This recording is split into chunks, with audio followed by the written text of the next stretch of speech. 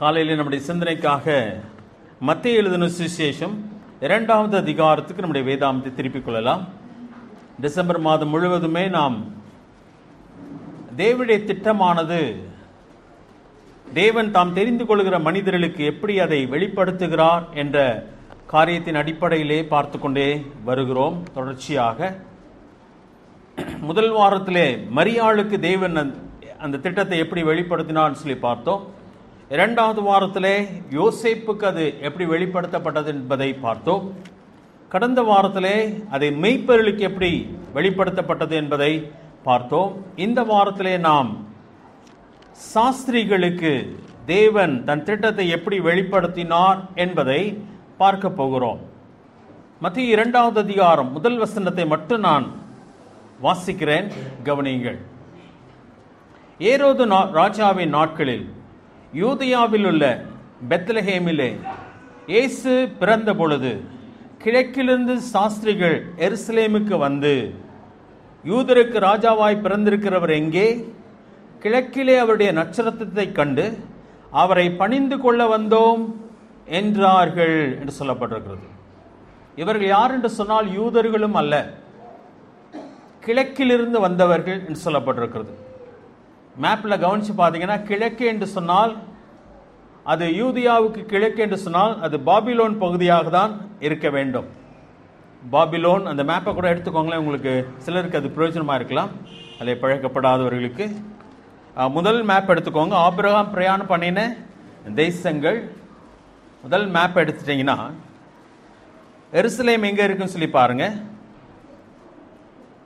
இடது ஓரத்திலே அது இருக்கிறது. மோவாப் என்ற கொஞ்சம் பெரிய எழுத்தில் இருக்கு, அதுக்கு மேலே எருசலேம் இருக்கிறது, அதுதான் யூதேயா பகுதி.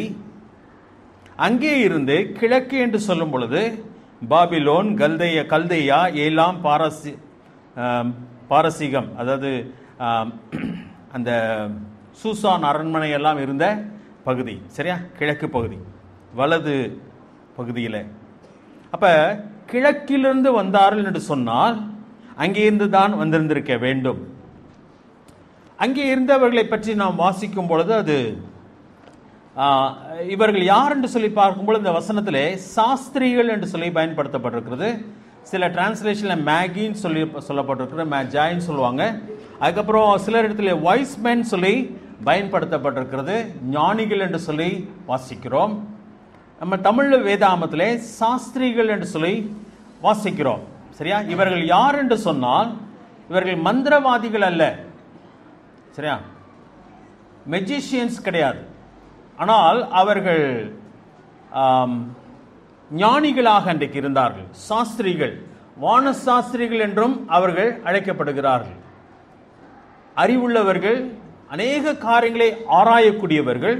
அது மாத்திரமல்ல, அப்படிப்பட்ட நாடுகளிலே அவர்கள் ஆசாரிய அந்த பிரீஸ்ட் என்ற ஒரு நிலைமையிலும் அவர்கள் வாழ்ந்திருக்கிறார்கள். இவர்கள் தான் அங்கே ராஜாக்களை அபிஷேகம் பண்ணுகிறவர்கள், ராஜாக்களை ஏற்படுத்தி வைக்கிறவர்கள். இன்றைக்கு இஸ்ரவேலில் நமக்கு தெரியும், சவுலை அபிஷேகம் பண்ணது யாரு?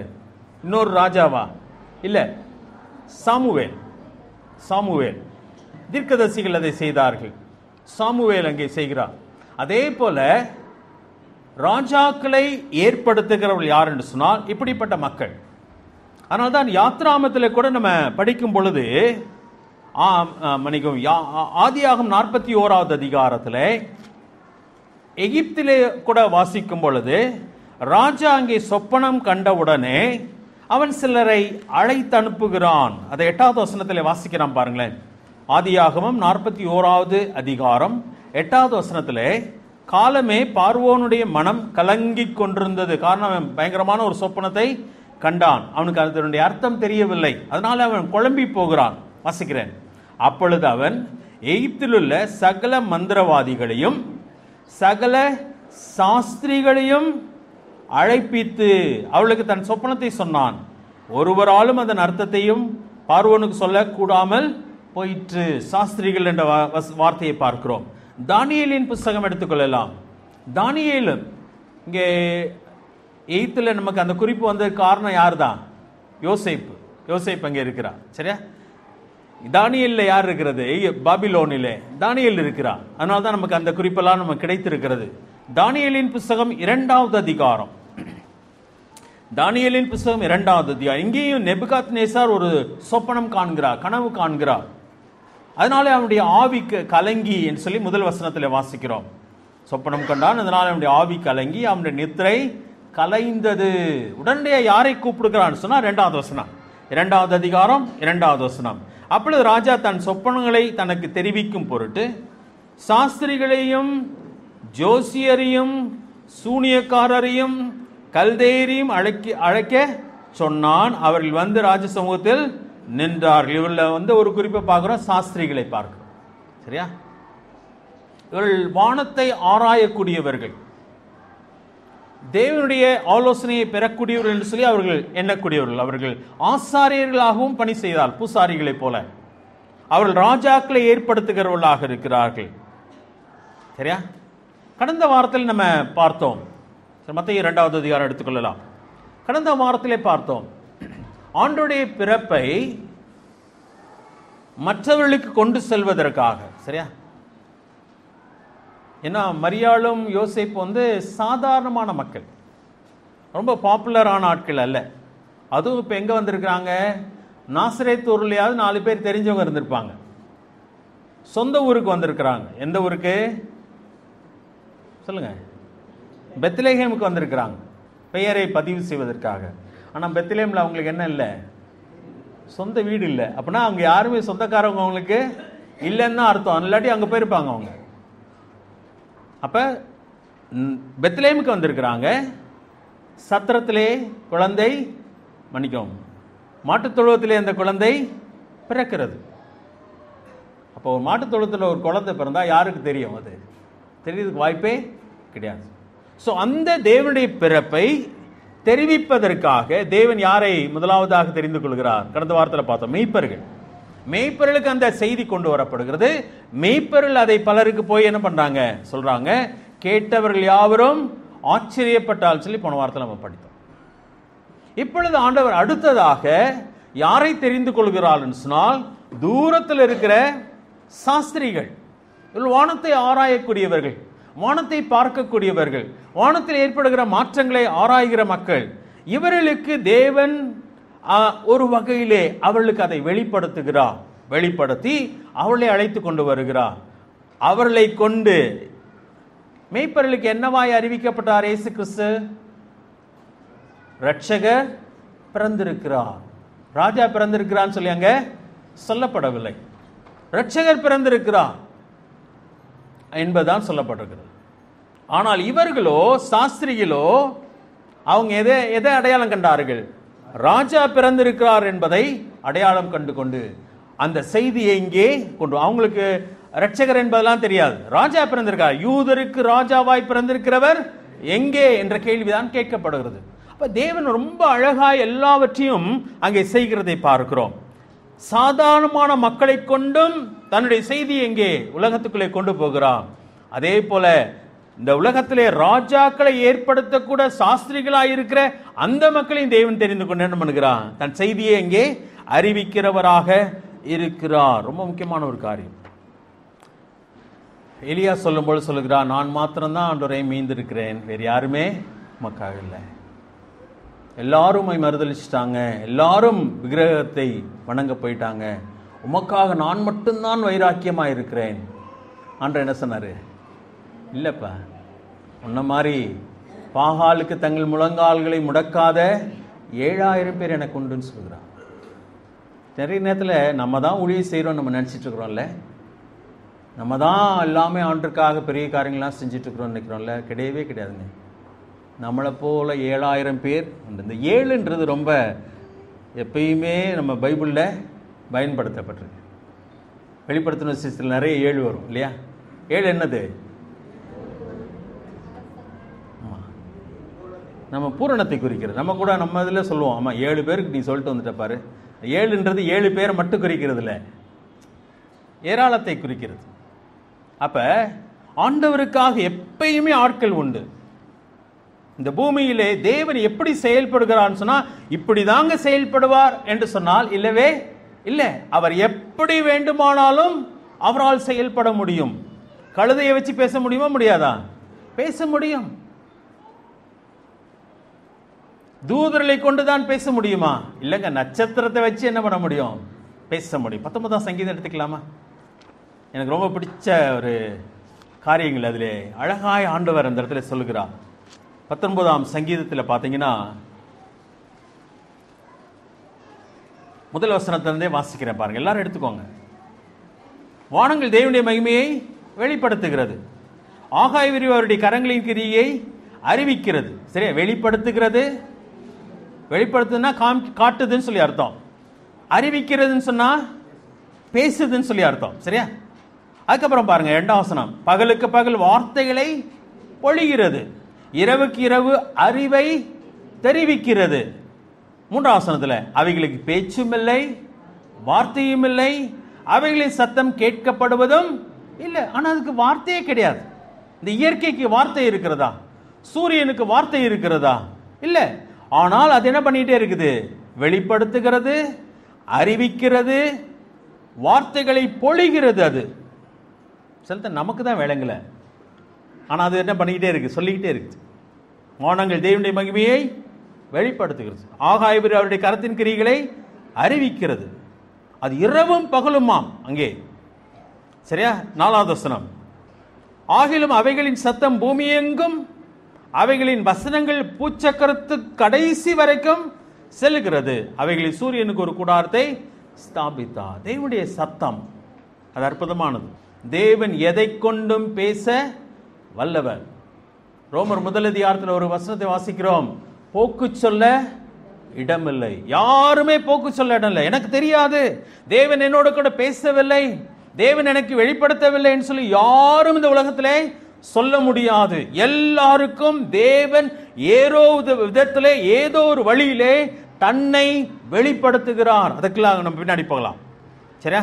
அது ரொம்ப அற்புதமான காரியம். சரி, அதை எடுத்து வாசிக்கலாமே. ரோமர் 1 அதிகாரத்தில் தேவன் அப்படியெல்லாம் செய்கிறவராக அங்கே காணப்படுகிறார். அதை நான் நீங்களே புரிஞ்சுக்கணும். சரியா? இன்னைக்கு சில நேரத்தில் கேள்வி கேட்கப்படுகிறது, சுவிசேஷமே கேள்விப்படாதவர்களை பற்றி என்ன என்று சொல்லி.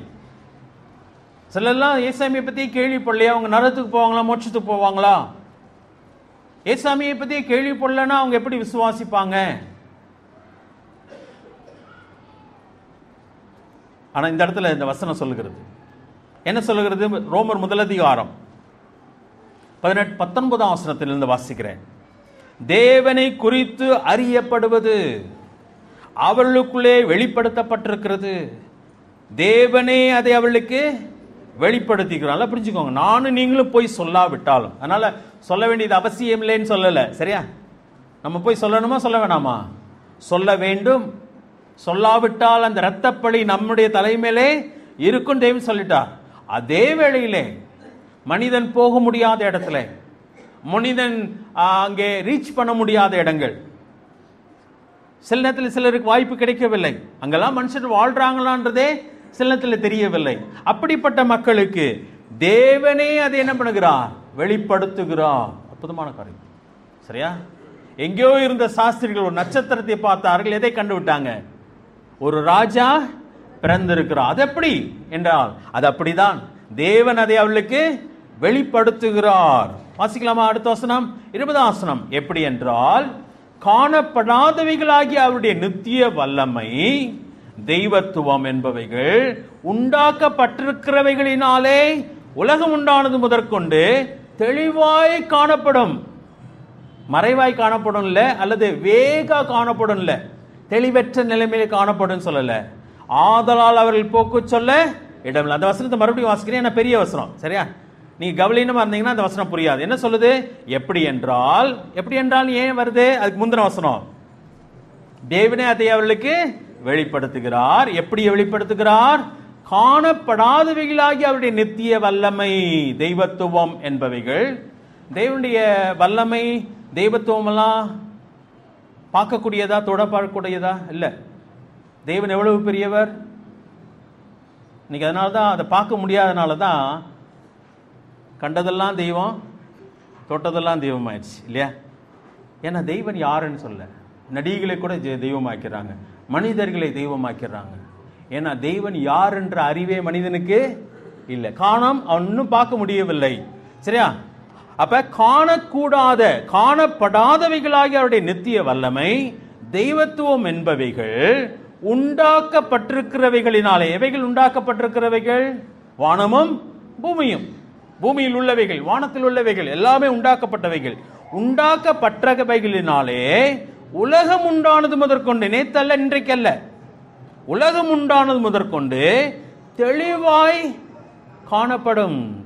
ஆதலால் அவர்கள் போக்கு சொல்ல இடமில்லை. ஆதாமிலிருந்து கடைசி மனிதன் வரைக்கும் தெய்வத்தை அறிந்து கொள்ள வழி உண்டான்னு சொன்னா உண்டு. எதன் மூலமாக? அவரே வெளிப்படுத்துறாருங்க. இன்றைக்கு நீங்க நிறைய சாட்சிகள் யூடியூப்ல கூட பார்க்கலாம். இஸ்லாமிய நாடுகளிலே அநேக மக்கள் ஏதோ ஒரு வழியில யார் அறியறாங்க? தேவன் அறியறாங்க. நிறைய பேர் ரட்சிக்கப்பட்டுட்டே இருக்காங்க. ஆச்சரியமா இருக்கு. சிலதெல்லாம் நம்பவே முடியலன்னு வச்சுக்கோங்களேன். அது பொய்யா இருக்குமானால் அதற்கு நம்ம பொறுப்பு கிடையாது. பொய்யா யூடியூப்ல போட்டாங்கன்னா அதுக்கு நம்ம பொறுப்பு கிடையாது.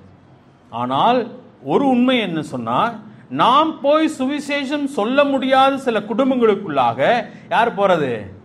ஆண்டவரே போறாருங்க. நான் மகாராஷ்டிரால, அது எந்த வருஷம், 85ல் மிஷனரி ட்ரைனிங்காக போயிருந்த பொழுது ஒரு பேப்டிஸ்ட் சர்ச்சில் அங்கே இருந்தேன். ஒரு நாள் போனப்போ ஒருத்தர் சாட்சி சொன்னார். அவர் ஒரு ஹிந்திக்காரரு. அவர் சாட்சி சொல்லும்போது சொன்னார், நான் ஏசாமியை பற்றியும் கேள்விப்பட்டது கிடையாது, பைபிளையும் நான் பார்த்ததே கிடையாது. அப்படிப்பட்ட ஒரு கிராமம், இந்து குடும்பம். ஆனால் சமாதானம் இல்லாமல் ரொம்ப பாடுபட்டு இருந்தப்ப ஒரு நாள் ஒரு கனவு கண்டிருக்கிறார். யோவான் 3:16 சொல்லி கனவு கண்டிருக்கிறார். அவருக்கு அது என்னன்ட்டே அவருக்கு தெரியல. அதற்கு பின்பதாக அதுக்கு வேதாந்தத்தில் உள்ள ஒரு வசனன்றதை மட்டும் அவருக்கு தெரிய வந்திருக்கு. இது பைபிளில் இருக்கிற வசனம் சொல்லி.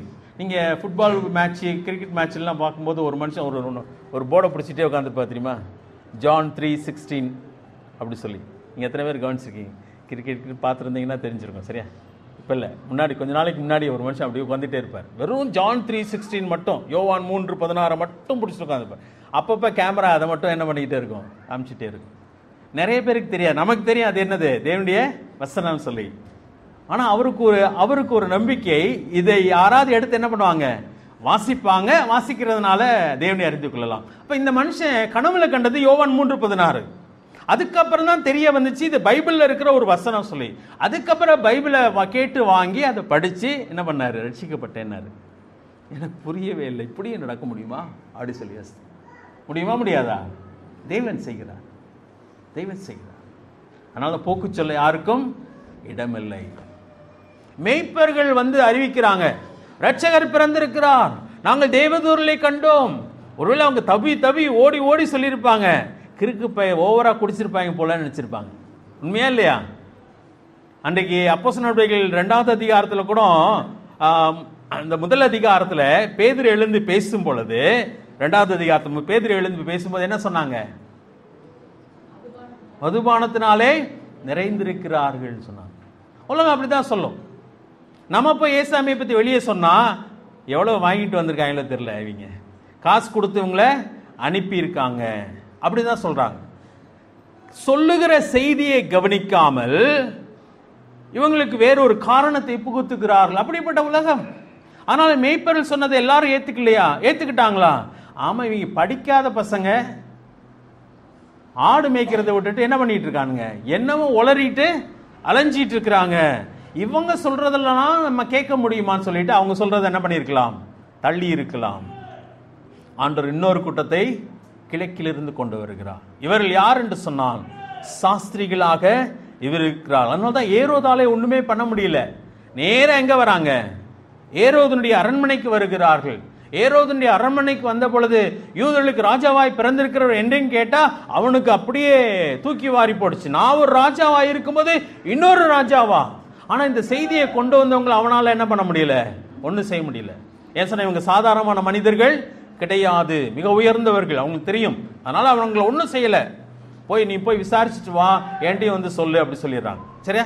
அப்ப தேவன் யாரை கொண்டும் தன் திட்டத்தை என்ன பண்ணுகிறான், நிறைவேற்றுகிறார். நீங்களும் நானும் செய்ய மறுப்போமானால் நஷ்டப்பட போகிறது தேவன் அல்ல, யார்தான்? நம்ம தாங்க. தேவன் ஒரு காரியத்தை செய்ய சொல்லுகிறார், போ இதை போய் சொல்லுன்னு சொல்லுகிறார், இதை போய் பிரசங்கி என்று சொல்லுகிறார், எனக்காக நீ இந்த பணியை செய்து முடிக்க வேண்டும் என்று சொல்லுகிறார். அப்படி சொல்லும் பொழுது, இல்லை எனக்கு நேரம் இல்லை, என்னால் செய்ய முடியாது என்று சொல்லி நான் சொல்லுவேனே, ஆனால் என்னமோ அவருடைய பணி அப்படியே உட்கார்ந்துரும் நினைச்சிடாதீங்க.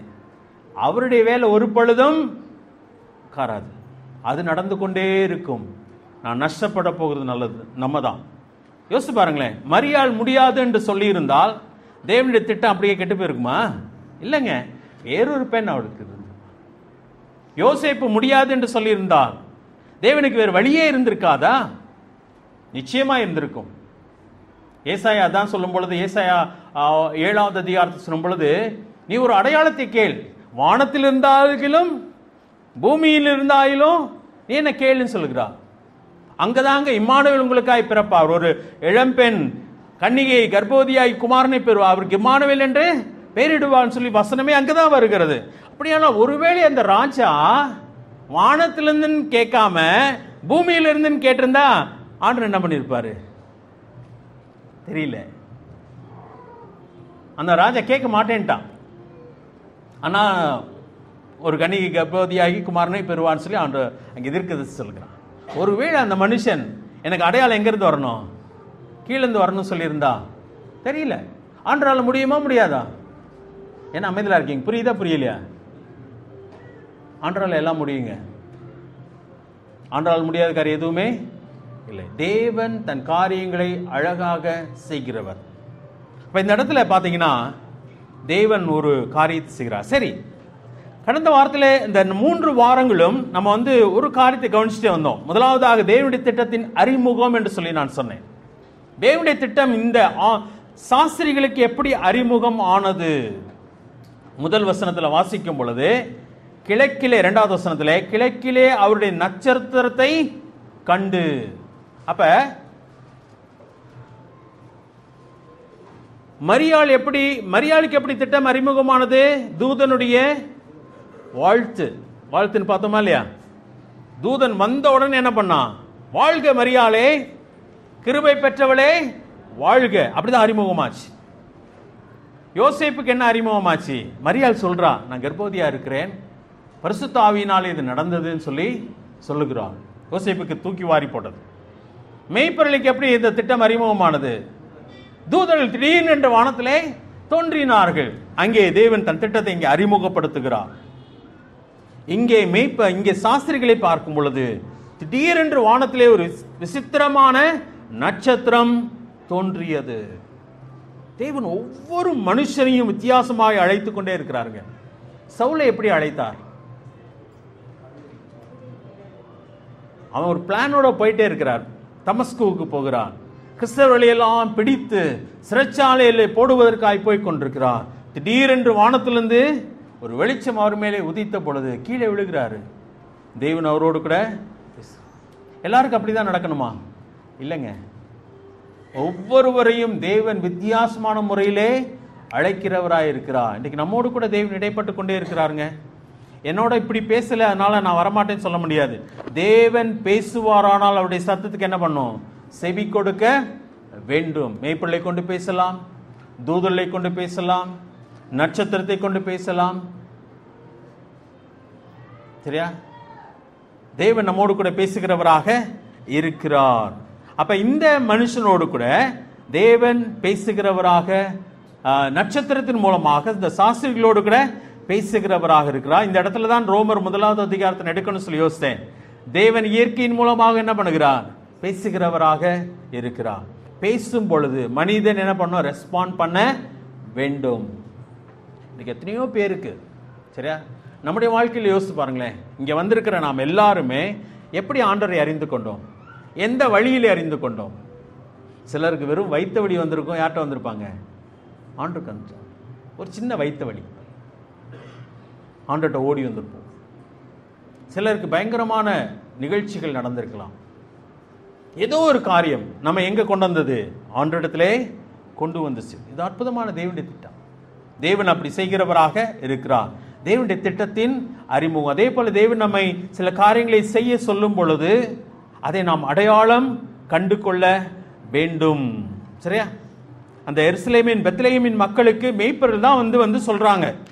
அந்த லூக்கா முதல் அதிகாரத்தை வாசிக்கும் போது அவங்க அவ்வளோ சந்தோஷமாய், 2வது அதிகாரத்தில் வாசிக்கும் பொழுது அவ்வளோ சந்தோஷமா எல்லாத்துட்டையும் போய் என்ன பண்றாங்க, சொல்லுகிறார்கள். போய் அவங்க எல்லாத்துட்டையும் போய் சொன்னாங்க, பிரசித்தம் பண்ணினார்கள். 2வது அதிகாரம் 17 வசனத்தில் வாசிக்கிறோம். லூக்கா 2:17 கண்டு அந்த பிள்ளையை குறித்து தங்களுக்கு சொல்லப்பட்ட சங்கதியை பிரசித்தம் பண்ணினார்கள். கேட்டவங்களெல்லாம் ஆச்சரியப்படுகிறார்கள். அப்ப மேய்ப்பர்கள் மூலமாக பெத்லெகேமின் மக்கள் என்ன பண்ணாங்க, ஆண்டுடைய பிறப்பை கேள்விப்பட்டார். நம்ப வேண்டியது யாருடைய பொறுப்பு? அவளுடைய பொறுப்பு. தேவன் பேசிக்கொண்டே தான் இருக்கிறாங்க. ஒன்று இல்லாட்டி மற்றொரு வழியிலே தேவன் பேசிக்கொண்டே இருக்கிறார். அப்ப ஒருவேளை நான் இங்க உட்கார்ந்து இருக்கும்போது தேவன் நம்மோடு கூட பேசுகிறார். ரெஸ்பாண்ட் பண்ணணுமா வேண்டாமா? பண்ணணுங்க. நான் பேசல, நான் தேவனுடைய வசனத்தை தான் என்ன பண்ணிட்டே இருக்கேன், காமிச்சிட்டே இருக்கேன். அப்ப தேவன் உங்களோடு கூட, உங்கள் உள்ளத்திலே ஒரு சத்தம் தொனித்து கொண்டே இருக்கும். உங்களோடு கூட ஆண்டு பேசிக்கொண்டே இருப்பார். அந்த சத்தத்துக்கு நான் நீங்கள் என்ன பண்ணா, ரெஸ்பாண்ட் பண்ண வேண்டும். அதான் தேவன் நம்மை அங்கே ஸ்டார்ட் பண்ணுகிறவராக இருக்கிறார். 2வது காரியம், தேவனுடைய திட்டத்தினுடைய விளக்கம் அங்கே கொடுக்கப்படுகிறது. மத்தேயு 2வது அதிகாரம் 2வது வசனத்தை வாசிக்கும் பொழுது அங்கே ஒரே ஒரு குறிப்பு தான் சொல்லப்பட்டிருக்கிறது. தேவனுடைய திட்டம் என்ன, எதற்காக இந்த மக்களை தேவன் தெரிந்து கொண்டார்? யூதருக்கு ராஜாவாய் பிறந்திருக்கிறவர் எங்கே? கிழக்கிலே அவருடைய நட்சத்திரத்தை கண்டு அவரை பணிந்து கொள்ள வந்தோம் என்றார்கள். இவங்க வந்தது காரணம் என்ன? அப்ப இவங்க அவ்வளவு தூரத்து கிழக்கில் இருந்து, ரொம்ப தூரங்க, சரியா? ஆபிரகாம் பிரயாணம் பண்ணினது போல இவங்க என்ன பண்ணிருக்கணும், பிரயாணம் பண்ணி வந்திருக்கு. குறுக்க பாஞ்சிருக்க முடியாது, என்ன மலைகள் அது. அப்ப அவங்க வந்து ஆரானுக்கு போய் மேல போய் அங்கிருந்து அவங்க அப்படியே பிரயாணம் பண்ணி வந்திருக்க வேண்டும். கொஞ்சம் தூரம் இல்ல. நான் இதை படிச்சுட்டு இருக்கப்ப யோசித்த ஒரு காரியம் என்னன்னா, குழந்தை பிறக்கிறதுக்கு முன்னாடியே யாருக்கு செய்தி போயிருச்சு? சாஸ்திரிகளுக்கு போயிருக்கணும். அதனால்தான் அவங்க பெத்லெகேம் விட்டு கிளம்புறதுக்கு முன்னாடி யார் வந்துட்டா? சாஸ்திரிகள் வந்துட்டாங்க. ஏன்னா கொஞ்ச நாள் இவங்க எங்க போயிட்டாங்க, நாசரேத்துக்கு போயிருப்பாங்க. பேரை பதிவு பண்ண உடனே என்ன பண்ணிருப்பாங்க, குழந்தையை தூக்கிட்டு எங்க போயிருவாங்க, நாசரேத்துக்கு போயிருப்பாங்க. அப்ப நாசரேத் தானே இல்ல, மன்னிக்கணும், எகிப்துக்கு போயிட்டாங்க. அங்க இருந்து மன்னிச்சுக்கோ, குழப்பிட்டேன். ஓகே. அப்ப தேவனுடைய திட்டம் பாத்தீங்கன்னா, இவங்கள சாஸ்திரிகள் வந்து எங்க வந்து குழந்தைய பார்த்தாங்க? எகிப்துலையா? ஏன்னா பெத்லெகேம்ல இருந்து எங்க போயிட்டாங்க, எகிப்துக்கு போயிட்டாங்க, நாசரேத்துக்கு போல. அதான் நான் சொன்ன தவறு. சரியா? பெத்லெகேம்ல இருக்கும் பொழுதே தேவன் சொல்றாரு, யார் இது பண்றது? ஏன்னா இவங்க நட்சத்திரத்தை பார்த்து ரொம்ப நாளைக்கு முன்னாடி. நீங்க நல்லா கவனிச்சு பார்த்தீங்கன்னா, சாஸ்திரிகள் வந்து ஏரோதுக்கு சொல்லாம போயிட்டாங்க. ஏரோதுக்கு சொல்லாம போயிட்டாங்க, வேற வழியா திரும்பி போயிட்டாங்க. அது ஏரோதுக்கு தெரிஞ்ச உடனே சாஸ்திரிகள் வந்த டேட்டு, சாஸ்திரிகள் நட்சத்திரத்தை பார்த்த டேட் எல்லாம் கணக்கு பண்ணி தான் எந்த வயசு பிள்ளைகளை கொல்லணும்னு சொல்லி சாஸ்திரிகள் பிளான் பண்றான். 2 வயசு பிள்ளைங்க. அப்ப நட்சத்திரம் எவ்வளவு முன்னாடி சொல்லப்பட்டிருக்கும்? அவனுடைய கால்குலேஷன் அப்படிதான் இருந்தது. ஒருவேளை 1 வருஷத்துக்கு முன்னாடி இருந்திருக்கலாம்.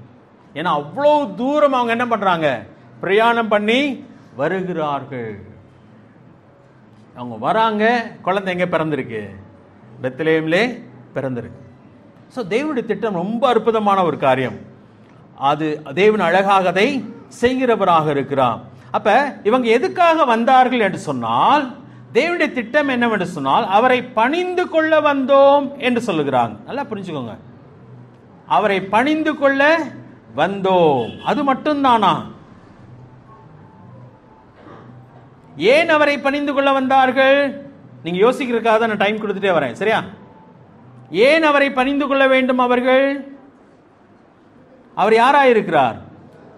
ராஜாவா இருக்கிறார். ஏன் ராஜாவா இருந்தா இவங்களுக்கு என்ன? இவங்களுக்கு முக்கியமான பணி என்ன? கிங் மேக்கர்ஸ் இவங்க தான், ராஜாவை அபிஷேகம் பண்ணுகிறவர்கள். நான் நினைக்கிறேன் பாபிலோனிலே தானியேல் இருந்தான். தானியேலை பத்தி நமக்கு நல்லா தெரியும். தானியேல் மூலமாக நெபுகாத்நேசார் ஆண்டவரை அறிந்திருக்கலாம் என்று சொல்லி நிறைய பேர் நம்புகிறார்கள். எஸ்ரா போன்ற மனிதர்கள். எஸ்ரா பழைய ஏற்பாட்டை தொகுத்தான். எங்கே வச்சுனா பாபிலோனிலே வைத்துதான். அநேகர் அதை தான் நம்புகிறார்கள்.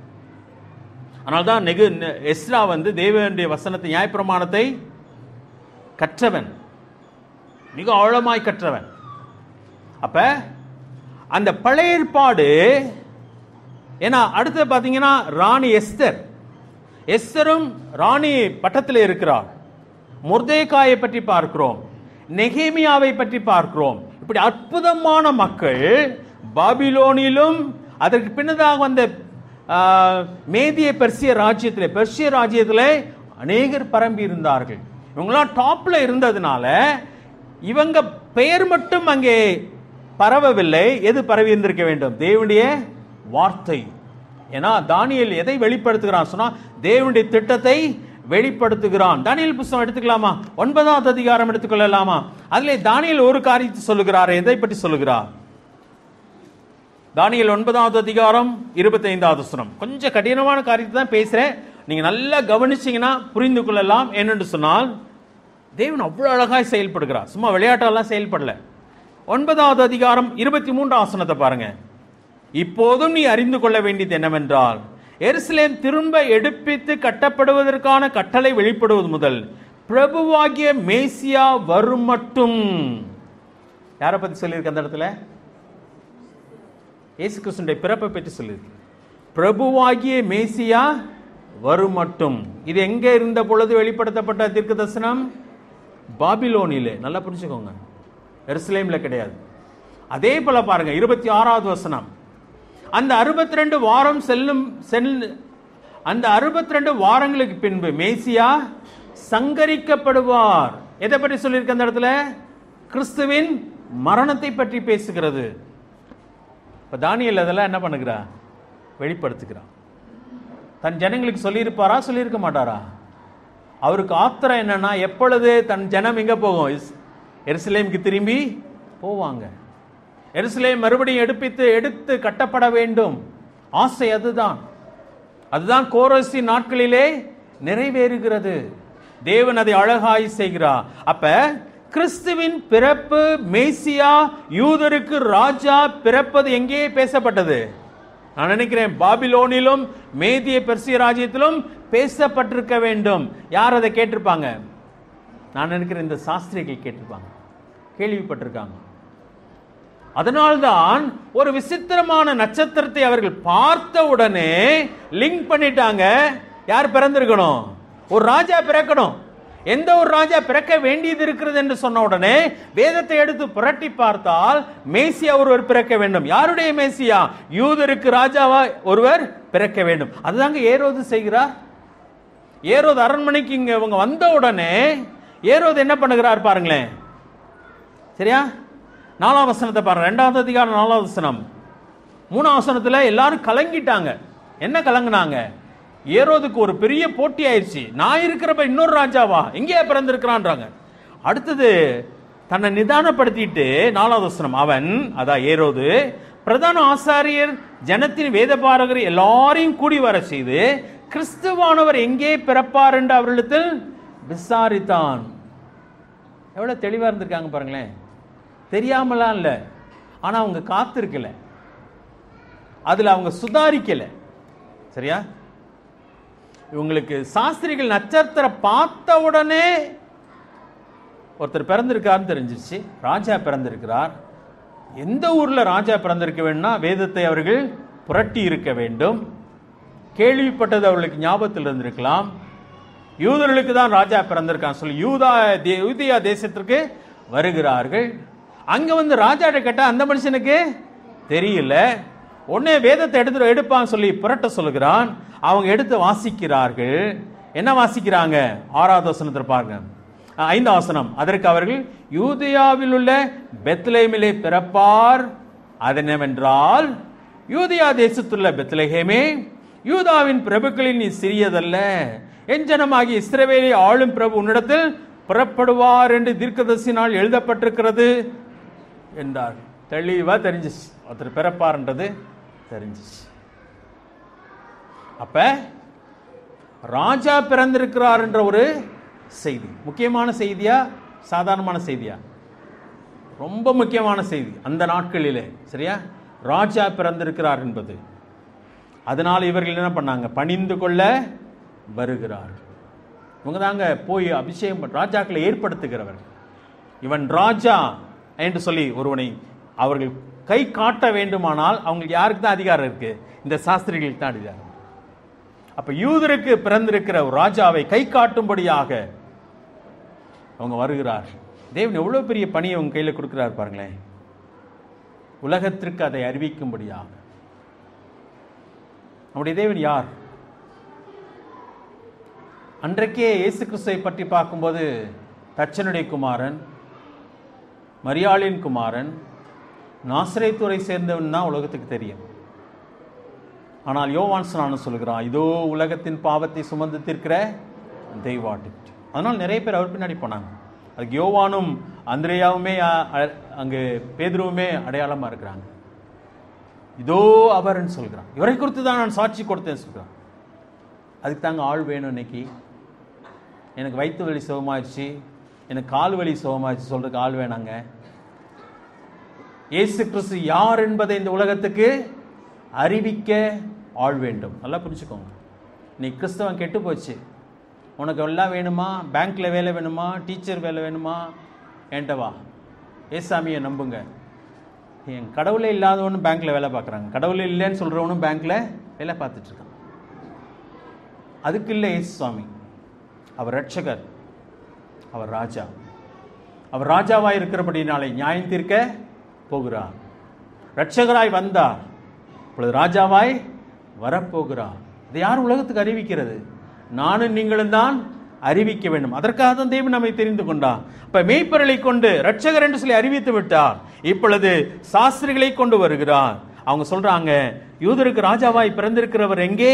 கிழக்கிலே அவருடைய நட்சத்திரத்தை கண்டோம், அவரை பணிந்து கொள்ள வந்தோம். மறைமுகமான ஒரு செய்தி என்னன்னா, நீங்களும் போய் என்ன பண்ணுங்க? பணிஞ்சுக்கோங்க. அதை யார் சொல்றான்னு பாருங்களேன். சரியா? யார் சொல்றா பாருங்களேன். 7ஆம் வசனத்தை வாசிக்கிறேன் பாருங்களேன்.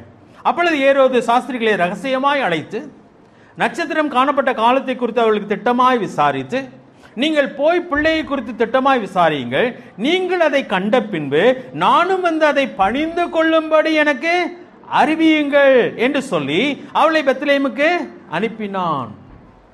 ஒருவேளை அவன் ட்ரிக்கா சொல்லுகிறான், குழந்தையை கொல்றதுக்காக திட்டமிடுகிறான். அப்ப ராஜா குழந்தை பிறந்திருந்தால் அந்த குழந்தை என்ன பண்ணி ஆகணும்? பணிந்து கொள்ள வேண்டும். ஏரோது சொல்லுகிறார், ராஜ குழந்தை பிறந்திருக்குமானால் நானும் பணிந்து கொள்ள வேண்டும். நீங்கள் அவ்வளவு தூரத்திலிருந்து வந்திருக்கிறீங்க, நாங்களும் பணிந்து கொள்ள வேண்டும், எங்களுக்கு சொல்லுங்க. ஆனா எந்த எருசலேமின் மக்கள் எவ்வளவு பேர் போய் பணிந்து கொண்டாங்கன்றது தெரியவில்லை. ஏசாமி ஏன் சிலுவையில் அறைஞ்சாங்க?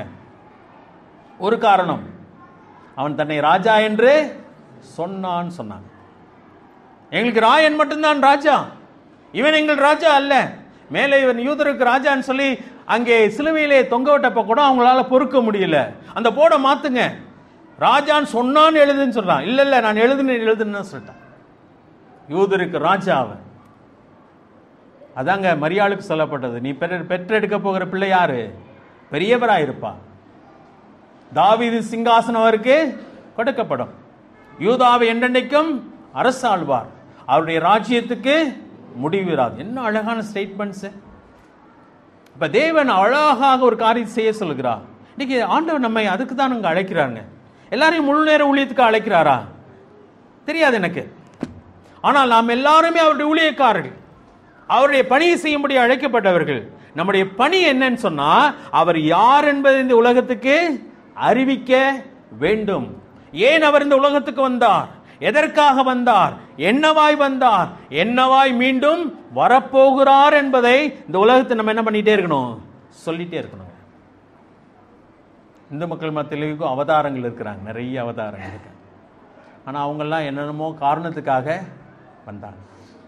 ஆனால் நம்முடைய ஆண்டவர் வானத்தையும் பூமி உண்டாக்கினவர் மனிதனாய் வந்ததின் காரணம் என்னவென்று சொன்னால், அவர் இரட்சகராய் வந்தார், அவர் ராஜாவாய் வந்தார். ஆனால் அவர் சொல்லிட்டாரு, நான் இப்போ வந்தது நான் ராஜா தான், ஆனால் என் ராஜ்யம் இவ்வுலகத்துக்குரியது அல்ல. ஆனால் இப்பொழுது வரப்போகிறார், மறுபடியும் வரப்போகிறார். எப்படி வரப்போகிறார்? வெளிப்படுத்தின விசேஷத்தில் வாசிக்கும் பொழுது ராஜாதி ராஜாவாய் வரப்போகிறார், நியாயம் தீர்க்கும்படியாய் வரப்போகிறார். உலகத்துக்கு யார் சொல்வா? நம்ம தாங்க சொல்லணும். அப்ப இந்த செய்தியை சொல்வதற்காக தேவன் இந்த மக்களை எங்க இருந்து கொண்டு வர்றாரு? கிழக்கிலிருந்து கொண்டு வருகிறார். யூதர்கள் தூங்கிக்கிட்டு இருக்காங்க, அவங்ககிட்ட தான் வேதம் இருக்குது. தானியேல் மூலமாக மேசியா எப்பொழுது பிறப்பார் என்ற செய்தி ஏற்கனவே அவங்களுக்கு கொடுக்கப்பட்ட ஆயிற்று. அப்ப மேசியா எப்பொழுது வருவார் என்று சொல்லி அவங்க கணக்கு பண்ண மட்டும் பார்த்துருந்தாங்கன்னா தெளிவா தெரிஞ்சிருக்கு இந்த டைம்ல என்ன பண்ணணும், பிறக்கணும். சொல்லிட்டாங்களா சொல்லலையா? இப்ப வாசித்து பார்க்கிறோம், சொல்லிட்டாங்க. ஆனா சொல்லியும் அவங்களுக்கு என்ன இல்லை, உணர்வே இல்லை, அவங்க தூங்கிட்டு இருக்கிறாங்க. சரி, தேவன் அநேக காரியத்தை நம்மோடு கூட தெளிவாக எடுத்து காட்டுகிறார்.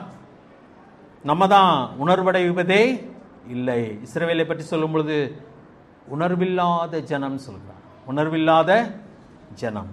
தேவன் நம்மை சுற்றி செயல்பட்டு கொண்டே இருக்கிறார். இந்த மக்கள் இவங்க போய் எப்படியெல்லாம் அவரை அறியப்படுத்த சொன்னது மட்டும் இல்லைங்க, போனாங்க. என்ன பரிசு கொடுத்தாங்க?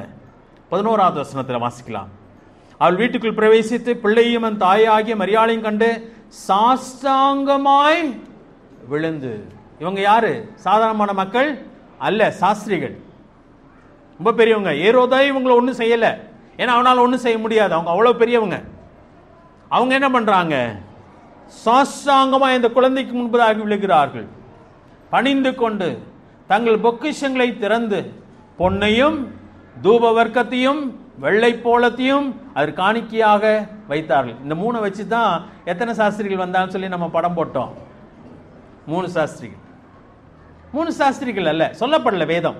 நிச்சயமா 3 பேர் வந்திருக்க மாட்டாங்க, நிறைய பேர் தான் வந்திருப்பாங்க. நான் நினைக்கிறேன் நிறைய பேர் வந்திருப்பாங்க, கூட்டமாக தான் வந்திருப்பாங்க. ஏன்னா பெரிய நீண்ட தூர பிரயாணம். அது மட்டும் இல்ல, மிக முக்கியமான ஒரு காரியம். நிறைய சாஸ்திரிகள் வந்திருப்பாங்க. ஆனா அவங்க பொக்கிஷங்களை திறந்து எதை கொடுத்தாங்க காணிக்கையா? பொன்னையும் தூப வர்க்கத்தையும் வெள்ளை போலத்தையும் அதற்கு காணிக்கையாக வைத்தால். ஏன் இந்த 3? அதன் மூலமாக ஒரு முக்கியமான செய்தி எங்கே சொல்லுகிறார்கள். இவர் ராஜா, அதனால தான் பொன் கொடுத்தார்கள். அதுக்கப்புறம் தூப வர்க்கம், இவர் யார்? இவர் ஆசாரியன், ஆசாரியனாக வருகிறார். தூப வர்க்கம். 3வதாய் பார்க்கும் பொழுது வெள்ளை போலம், அது துக்கத்தை காட்டுகிற காரியம். இவர் ராஜாதான், ஆனால் பாடுபட வந்த ஒரு ராஜாவாக இருக்கிறார் சொல்கிறார்.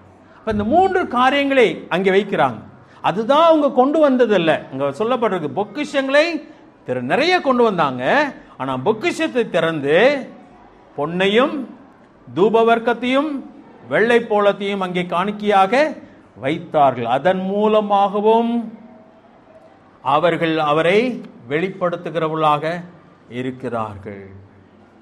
இன்னைக்கு ஆண்டவருக்காக நாம் வாழுகிற வாழ்க்கையின் மூலமாக நம்முடைய தேவன் யார் என்பதை இந்த உலகத்துக்கு வெளிப்படுத்த முடியுமா முடியாதா? முடியுங்க. ரொம்ப முக்கியமான ஒரு காரியம். அதாவது பக்தியின் வேஷத்தை தரித்து அதன் பலனையோ மறுதளிக்கிற மக்களாக இருக்கும். சரியா? அதாவது இன்னைக்கு ரொம்ப துக்ககரமான காரியம். நேற்று ராத்திரியில் நான் சொன்ன ஒரு காரியம் சொன்னேன் உங்களுக்கு. ப்ரேயருக்கு வந்தவங்க, நேற்று ப்ரேயர் நடந்துச்சு, எத்தனை பேருக்கு ஞாபகம் இருந்துச்சுன்னு தெரியாது. சரியா? 40 பேர் வந்திருந்தாங்க. ஜெபம் பண்ணோம். இவ்வளோ பேர் இல்லை. சரி, அழைக்கப்பட்டுள்ளோ அநேகர், தெரிந்து கொள்ளப்பட்டுள்ளோ சிலர். ஓகே, 40 பேர் வந்தாங்க. நான் இப்போ ஒரு குறிப்பு சொன்னேன். இன்னைக்கு இந்த சபைகள்லாம் உபத்திரவப்படுத்தப்பட்டு கொண்டிருக்கிறது. சரியா? அதில் சில போதர்கள் எழுந்து என்ன தெரியுமா சொல்கிறாங்க? பெரிய கலவரம் வெடிக்கும், இப்படி பண்ணீங்க, நான் மிரட்டுறேன். நம்ம என்ன பண்ணக்கூடாது? மிரட்டக்கூடாது. நம்ம ஆலயத்தையே எரிச்சிட்டாங்கனால கூட என்ன பண்ணோம்? ஆண்டர்கிட்ட சொல்லிட்டு மீதலாக இருக்கலாம். சட்ட ரீதிக்காக சில காரியங்கள் நம்ம செஞ்சு தான் ஆகணும். போலீஸ் ஸ்டேஷனில் போய் இன்ஃபர்மேஷன் கொடுக்கணும், சில கேஸ் ஃபைல் பண்ணி தான் ஆகணும். ஆனால் நமக்கு நீதி எங்கேருந்து கிடைக்கணும்? தேவனிடத்துலேருந்து தான் கிடைக்கணும். போலீஸ் ஸ்டேஷன்லேருந்து இல்லை, நீதிமன்றத்திலிருந்தும் அல்ல. நம்முடைய நீதி தேவனிடத்திலிருந்து வரணும். நேற்று பையங்க சொல்லியிருந்தப்ப அந்த வீடியோவை காமிச்சு சொன்னாங்க, தீவிரவாதம் என்னது, கிறிஸ்தவ தீவிரவாதம் வெடிக்கும் அப்படின்னு மிரட்டியிருக்காங்க. அப்ப தேவனுடைய அன்பை பற்றி பேசுகிற நாம், ஒரு கன்னத்திலே அறைந்தால் மறு கன்னத்தை காட்டு என்று சொன்ன தேவனை பற்றி அறிமுகப்படுத்துகிற நாம் இப்படியெல்லாம் பேசிட்டோம்னா எதை மறுதளிச்சிட்டோம்? நம்முடைய தேவன் யார் என்பதை மறுதளிச்சிட்டோம் இல்லையா? ஸ்தேவான் மரிக்கிறதை நம்ம அப்போஸ்தலர் நடவடிக்கைகள் படிக்கும்போது படிச்சுட்டு இருக்கோம். அவர் எதை வெளிப்படுத்துகிறார்? அவருடைய யாருடைய சீஷன் என்பதை வெளிப்படுத்துகிறார். அவன் மேலே கல்லெறியும் பொழுது முழங்கால் படியிட்டு வானத்தை பார்த்து, பிதாவே உள்ள மேலே பழியை சுமத்தாதிரும் என்று சொல்லி சிலுவையிலே ஆண்டவர் சொன்னதை அப்படியே சொல்லிட்டு மரிக்கிறான். அதல்லவா சவுலை தொட்டது. இன்னைக்கு இந்த உலகம் தொடப்பட வேண்டுமானால் கிறிஸ்தவர்கள் என்ற மேல் போர்வை அல்ல, கிறிஸ்துவை நாம் தரித்து கொள்ள வேண்டும். அதை தேவன் பார்க்க விரும்புகிறார். சரியா? இந்த மக்கள் சும்மா வந்து அவரை பணிஞ்சிட்டு சும்மா போகல.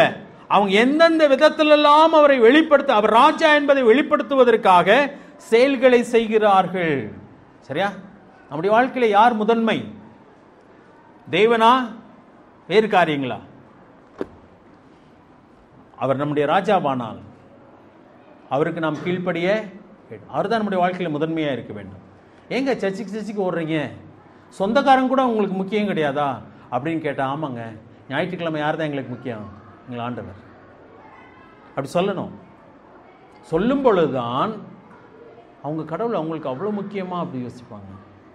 அது அவருடைய வாழ்க்கையில் என்ன பண்ணுவோம்? மாற்றத்தை கொண்டு வரும்.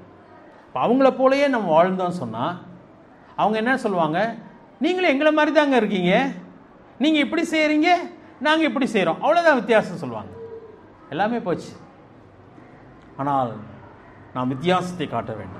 இந்த மக்கள் ரொம்ப அழகாக சொல்லுவாங்க. அதான் பொக்கிஷத்தை திறந்து அவருக்கு எதை வைக்க வேண்டுமோ அதை காணிக்கையாக வைத்தார்.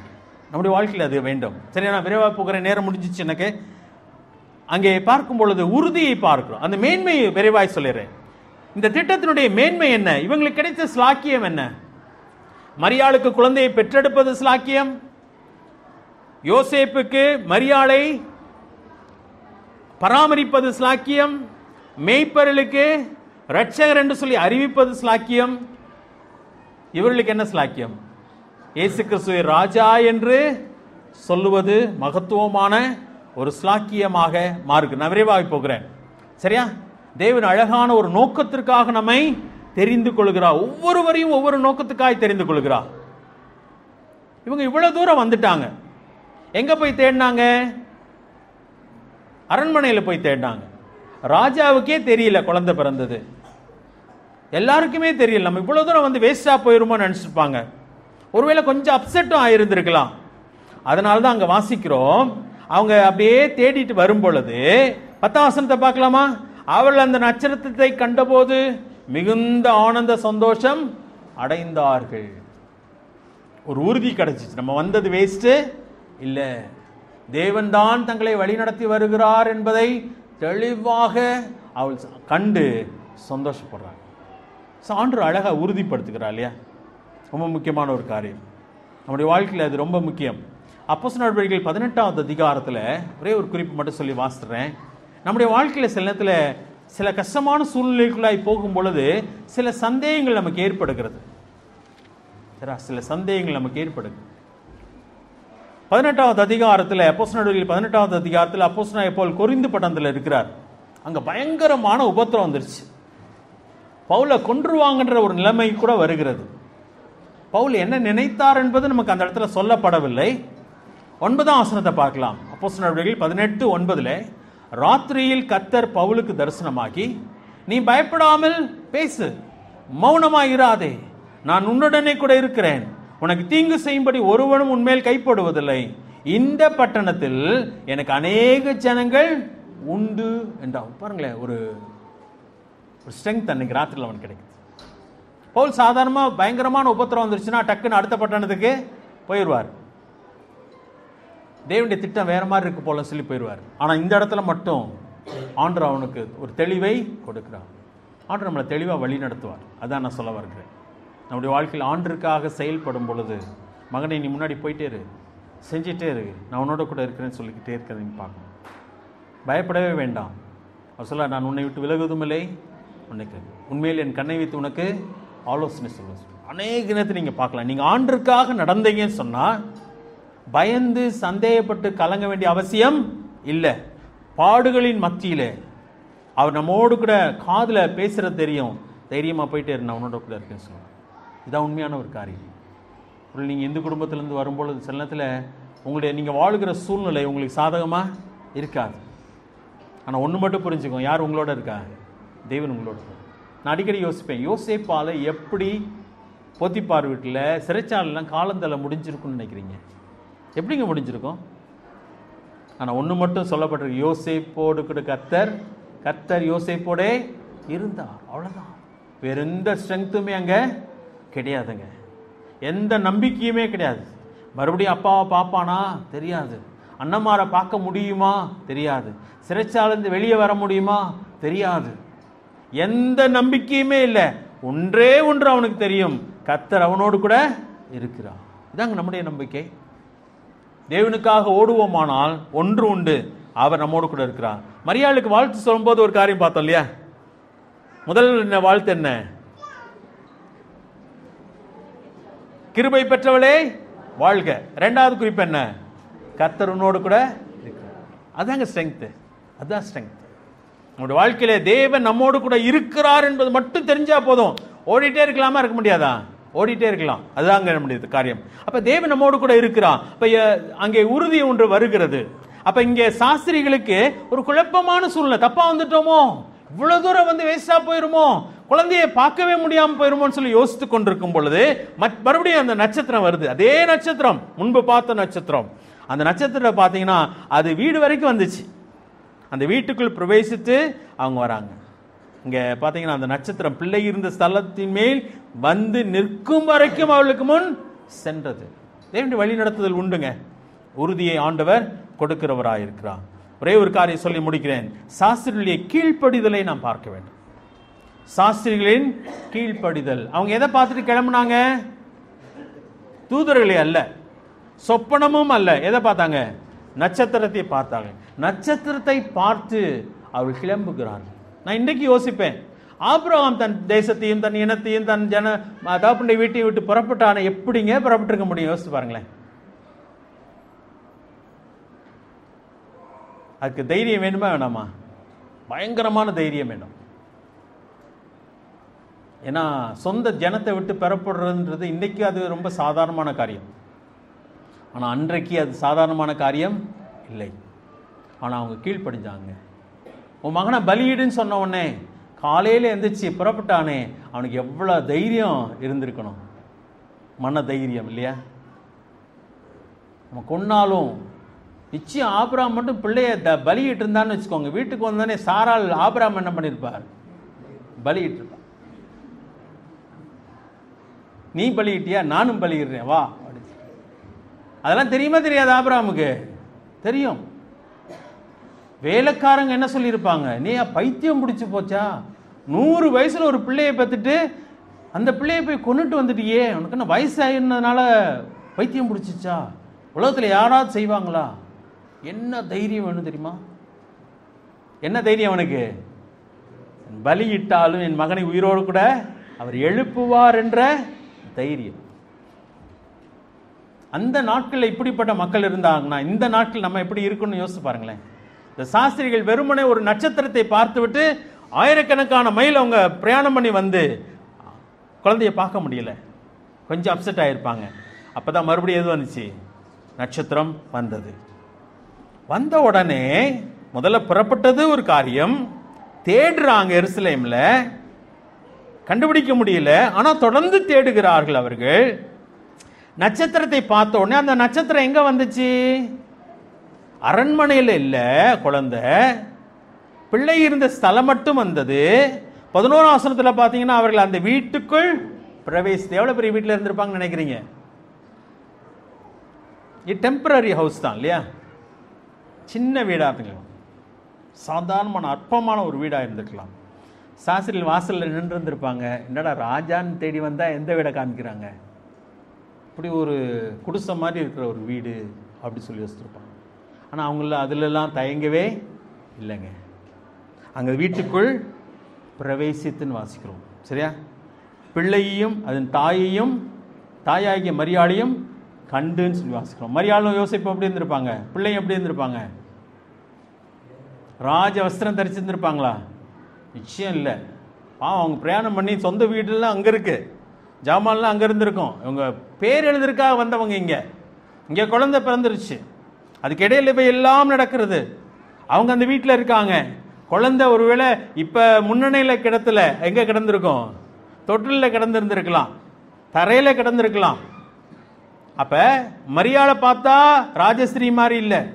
யோசேப்பு நிச்சயம் இருந்திருப்பார். அவர் யாரு? தச்சன். அவர் அங்கே தான் நின்று இருந்திருப்பாரு. ஆனாலும் அங்க பாருங்களேன், சாஷ்டாங்கமாய் விழுந்து அதை பணிந்து கொண்டு தங்கள் பொக்கிஷங்களை திறந்து பொன்னையும் தூப வர்க்கத்தையும் வெள்ளை போளத்தையும் அது காணிக்கையாக வைத்தார்கள். அவங்க எந்த கலக்கமும் அடையலைங்க. தப்பான குழந்தையோ அது. அப்பா அம்மாவை பார்த்தாலும் அப்படி தெரியல, குழந்தைய பார்த்தாலும் அப்படி தெரியல, வீட்டை பார்த்தாலும் அப்படி தெரியல, அரண்மனையிலையும் பிறக்கல. அதெல்லாம் அவங்களுக்கு வித்தியாசமே தெரியலங்க. அவங்களுடைய கீழ்ப்படிதல், தேவன் வழி நடத்தினா தேவன் கொண்டு வந்தார் என்பதை உறுதியாக வைத்துக்கணும். அவங்க போயிட்டே இருக்கிறாங்க. சரியா? இதுதான் முக்கியமான ஒரு காரியம். அதாவது இன்னைக்கு எல்லாமே ஹைஃபையா போயிட்டே இருக்குது. ஊழியங்களும் எப்படி போயிட்டு இருக்கு? ஹைஃபையா தான் போயிட்டே இருக்குது. எதுதான் பெரிய ஊழியம் மாறி தெரியுது? சொல்ல மாட்டீங்கல்ல? சரி, சில காரியங்கள் தான் பெரிய ஊழியமா தெரியுது. சின்ன பிள்ளைங்க ஊழியம்லாம், சிறு பிள்ளைகள் மத்தியிலே செய்யப்படுகிற ஊழியம் அற்பமான ஊழியம். சேரிகளிலே செய்யப்படுகிற ஊழியம், ஏழை மக்கள் மத்தியிலே செய்யப்படுகிற ஊழியம், எது பெரிய ஊழியம்? ராஜாக்கள் மத்தியிலே அதான் பெரிய ஊழியம் இல்லை? இல்லைங்க. உங்களை ஆண்டவர் எதற்காக அழைக்கிறாரோ அது எந்த ஊழியம்? மகத்துவமானவன். சந்தேகப்படாதீங்க. ஆண்டவர் உங்களை வழி நடத்துகிறாரா மட்டும் பார்த்துக்கோங்க. தேவன் உங்களோடு கூட இருக்கிறாரா மட்டும் செக் பண்ணிக்கோங்க. அவர் தான் உங்களை வழி நடத்துகிறாரா? அவங்களுக்கு ஒரு பயங்கரமான உறுதி கிடைச்சிச்சு. அன்றைக்கு பார்த்த நட்சத்திரம் வந்துருச்சு, நேரம் அந்த வீடு வரைக்கும் வந்து அவங்களுக்கு வழிகாட்டிருச்சு. போதும், அந்த குழந்தை எப்படி இருக்கிறத பற்றி எங்களுக்கு கவலை கிடையாது, அவங்க அப்பா அம்மா எப்படி இருந்ததை பற்றி கவலை கிடையாது. தேவன் இந்த குழந்தையை தான் காட்டுகிறார். சரியா? சிமியோன் என்ன பண்ணினான்? அந்த சிறு குழந்தையை தன் கையில ஏந்தி கொண்டு, அது எத்தனாவது நாள் குழந்தை? அது 8வது நாள் குழந்தை. சரியா? விருத்த சேதனம் பண்ணப்படுவதற்காக அந்த குழந்தைய கையில ஏந்திக்கிட்டேன்னு சொல்லுகிறார். 3வது அதிகாரத்தில், லூக்கால 3வது அதிகாரம் சொல்லும்போது, உம்முடைய ரட்சணியத்தை என் கண்கள் கண்டது, சமாதானத்தோடு கூட என்னை அனுப்புகிறீர் என்று சொல்கிறார். என்ன அழகான ஒரு விசுவாசம்! நம்முடைய வாழ்க்கையில வந்து ஆண்டவருக்காய் செயல்பட வேண்டுமானால் இப்படிப்பட்ட ஒரு கீழ்ப்படிதல் நமக்கு அவசியம். நிறைய நேரத்தில் நம்ம கேள்வி கேட்டே நேரத்தை வீணாக்கிறோம். சந்தேகப்பட்டே ஆண்டு கீழ்ப்படியை மறுத்து விடுகிறோம். தேவன் தான் சொல்லுகிறார் என்ற உறுதியை நம்ம இல்லாம போயிருது. கிதியோனுக்கு அப்படிதான் நடந்துச்சு. கத்துல 300 பேர் அவன் கையில கொடுத்து யுத்தத்துக்கு போன்னு சொல்றாரு. அவனுக்கு பயம் பிடிச்சு போச்சு. 300 பேரை வச்சு நான் என்ன பண்ண முடியும்? ஆண்டவர் சொல்லுகிறா, உனக்கு இருக்கிற பலத்தோட பயமா இருக்கா? பாளையத்தில் போய் பார்த்துட்டு வான்னு சொல்றான். அவன் போகிறான். தைரியம் கிடைச்சிச்சு. 300 பேரை வைத்து வெற்றி கிடைத்ததா கிடைக்கலையா? கிடைச்சிச்சுங்க. ஆண்டவர் நம்மிடத்தில் எதிர்பார்க்கிற காரியம், போ. மோசிட்டா தான் சொல்றார், குருடனையும் ஊமையனையும் உண்டாக்கினது யார்? நான் அல்லவா? போ, நீ என்ன பேசுறமோ நான் பேசுறதுக்கு உனக்கு உதவி செய்வேன்னு சொல்கிறான். அப்பயும் போக மாட்டேன்னு சொல்கிறான். கிதியோன்னு பயப்படுகிறான். போ, இருக்கிற பலத்தோடு கூட போ, அனுப்புகிறவர் நான் அல்லவான்னு சொல்கிறான். இன்றைக்கு தேவன் அதான் நம்மிடத்தில் சொல்கிறான், போ, புறப்பட்டு போ. நீ அநேகத்தில் எனக்கு பேச தெரியாது, நான் படிக்கல, என்னாலெல்லாம் இது செய்ய முடியாதுங்க அப்படி சொல்லிட்டே காலந்தள்ளி நாட்கள் போக போக இன்னும் தொய்வு ஏற்பட்டு போகிறது. அதுக்கப்புறம் தைரியமே வராது ஆண்டவருக்காக செயல்பட. களத்திலே நாம் இறங்கி செயல்பட வேண்டும். வேலையை ஆரம்பிக்கும் பொழுதுதான் தேவன் நம்மோடு கூட இருக்கிறார் என்பதை நாம் உணர முடியும். கீழ்ப்படிதல் ரொம்ப ரொம்ப முக்கியம். மரியாள் ஒரே வார்த்தையில் சொன்னா, நான் ஆண்டவருக்கு அடிமை, உம்முடைய சித்தத்தின்படி ஆக கடவுள். யோசேப்பு அடுத்த நிமிஷம் எழுந்தான். அங்கே தூக்கத்தை விட்டு எழுந்து நேரா போய் மரியாளை தன்னோடு கூட சேர்த்து கொண்டான். உடனடி கீழ்ப்படிதலை பார்க்கிறோம். அங்கே மெய்ப்பொருளை பார்க்கும்போது அங்க தூதர்கள் மறைந்த உடனே என்ன சொல்றாங்க? தீவிரமாய் அவங்க என்ன பண்ணாங்க? புறப்பட்டு போய் குழந்தையை கண்டார்கள். அதே போல இந்த சாஸ்திரிகளும் தேவனுக்கு கீழ்ப்படுகிறாங்க. அது அற்புதமான ஒரு காரியம். நம்ம நினைக்கிறபடியெல்லாம் இருக்குமா? அப்படிலாம் இருக்காதுங்க. அவங்க நினைச்சிட்டு வந்தது என்ன? அரண்மனையில் பிறந்திருக்குன்னு சொல்லி. ஆனால் அரண்மனையில் இல்லைங்க, குழந்தை ஒரு வீட்டில் தான் இருந்துச்சு. நம்ம நினைக்கிறபடியெல்லாம் எல்லாம் இருக்காது. ஆனால் தேவன் நம்மோடு கூட இருக்கிறாரான்னு மட்டும் நம்ம செக் பண்ணிட்டே ஓடிட்டே இருங்க. அவர் இருந்தால் மட்டும் போதும். நான் எதை செய்ய சொல்லுகிறாரோ அதை செய்து கொண்டே போய்கொண்டே இருப்போம். தேவன் மகத்துவமான காரியத்தின் மூலமாய் செய்து முடிப்பார். தலையில் தாழ்த்தலாமா? ஒரு நிமிஷம் கண்களை மூடியிருக்கலாமா?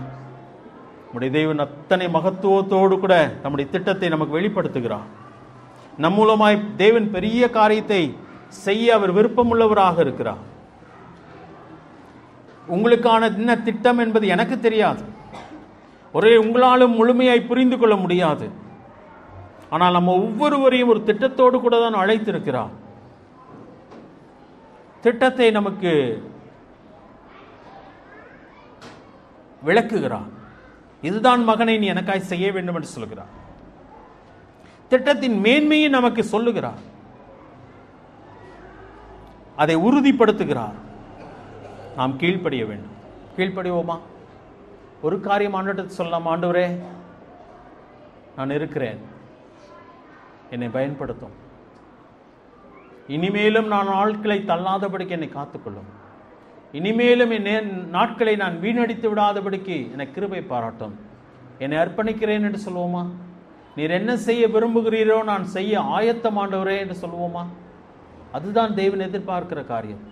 இதோ நான் ஆண்டவருக்கு அடிமை, உம்முடைய சித்தத்தின்படி ஆக கடவுது என்று சொன்ன உடனே தூதன் அவளை விட்டு புறப்பட்டு போனான். தேவன் தன் பணியை ஆரம்பிக்கிறார்.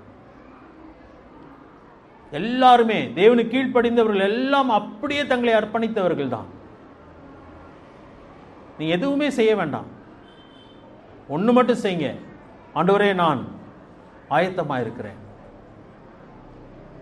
என்னை பயன்படுத்தும், என் மூலமாய் செயல்படும், நீ என்ன வேண்டுமானாலும் செய்து கொள்ளும் ஆண்டவரே, நான் ஆயத்தமாக இருக்குன்னு சொல்லுவோமா? அது உண்மையான உள்ளத்தோடு கூட சொல்லுவோமா? தைரியமாய் சொல்லுவோமா? ஆபிரகாமுக்கு இருந்த துணிச்சலை போல இந்த துணிச்சலோடு கூட சொல்லுவோமா? பயப்படாதீங்க. மரியாள்கிட்ட சொன்னதே, கர்த்தர் உன்னோடு கூட இருக்கிறான்னு சொல்கிறார். அந்த தெய்வம் நம்மோடு கூட இருக்கிறார். உலகத்தின் முடிவு பரியந்த நான் உங்களோடு கூட இருக்கிறேன் என்று சொல்லியிருக்கிறார். அந்த தெய்வம் நம்மோடு கூட இருக்கிறபடினாலே நாம் பயப்பட வேண்டிய அவசியம் இல்லை, நடுங்க வேண்டிய அவசியம் இல்லை. உலகத்தில் இருக்கிறவனிலும் உங்களில் இருக்கிறவர் பெரியவர். யோசேப்போடு கூட இருந்த தேவன், மோசேயோடு கூட இருந்த தேவன், ஆபிரகாமோடு கூட இருந்த தேவன் நம்மோடு கூட இருக்கிறார். ஏன் பயப்பட வேண்டும்? ஆண்டவரிடம் சொல்ல வேண்டிய காரியம், ஆண்டவரே என்னை பயன்படுத்தும், நான் பயன்பட விரும்புகிறேன். நான் முழுநேர ஊழியத்தை பற்றி பேசவே இல்லை, ஆனால் அவருடைய கரத்திலே நீங்கள் பயன்பட வேண்டும் என்பது மட்டும்தான் என்னுடைய ஆசை. அர்ப்பணிப்போமா? எங்களை நேசிக்கிற நல்ல ஆண்டவரே, உம்மை துதிக்கிறோம், உம்மை ஸ்தோத்திரிக்கிறோம். நீர் எத்தனை மகத்துவமான தேவன். நாங்கள் உமக்கு அவசியமே இல்லை, ஆனாலும் எங்களை கொண்டுதான் உம்முடைய திட்டத்தை நிறைவேற்ற விரும்புகிறீர். அதற்காக எங்களை அழைக்கிறீரே, அதுவே எங்களுக்கு கிடைத்த ஸ்லாக்கியம். தாப்பனே, நாங்கள் அற்பமானவர்கள், பேதைகள், அறிவியலிகள் கர்த்தாவே. ஆனாலும் எங்களை நீர் அழைக்கிறீரே, அதுவே மேன்மை, அதுவே மகத்துவம், அது எங்களுக்கு கிடைத்த ஸ்லாக்கியம். ராஜாவின் பணியை, ராஜாதி ராஜாவின் பணியை நாங்கள் செய்ய அழைக்கப்பட்டிருக்கிறோமே, அது எத்தனை மேன்மை என்பதை உணர்ந்து நீர் சொல்லுகிறதை செய்ய நாங்கள் ஆயத்தப்பட கிருபை தாரும். நாட்களை வீணாக்காதபடிக்கு எங்களை காத்துக்கொள்ளும், தள்ளி போடாதபடிக்கு எங்களை காத்துக்கொள்ளும். தேவனுடைய பிள்ளைகளை ஆசீர்வதிக்கத்தான். இங்கே இருக்கிற யாரும் உம்முடைய சித்தத்தை செய்ய முடியாதவர்களாய் போகாதபடிக்கு நீர் காத்துக்கொள்ளும். நாங்கள் இந்த பூமியில் இருக்க மாட்டோம், உம்முடைய சித்தத்தை செய்து முடிக்க எங்களுக்கு பலன் தாரும். ஆசீர்வதிக்கத்தாவே, எங்கள் வாழ்க்கையை அர்ப்பணித்த ஒவ்வொரு பிள்ளைகளையும் பலப்படுத்தும், தைரியப்படுத்தும், ஆசீர்வதி. இந்த நல்ல வேலையை எங்களுக்கு கொடுத்து காண்பிச்சுக்கிறோம். உடனே எங்களை தொடர்ந்து பிரயோஜனமாட்டும். மற்ற எல்லாவற்றையும் நீர் பொறுப்படுத்திக்கலாம். ஆசீர்வதி. இயேசு கிறிஸ்துவின் நாமத்தில் கேட்கும் நல்ல பிதாவே, ஆமென்.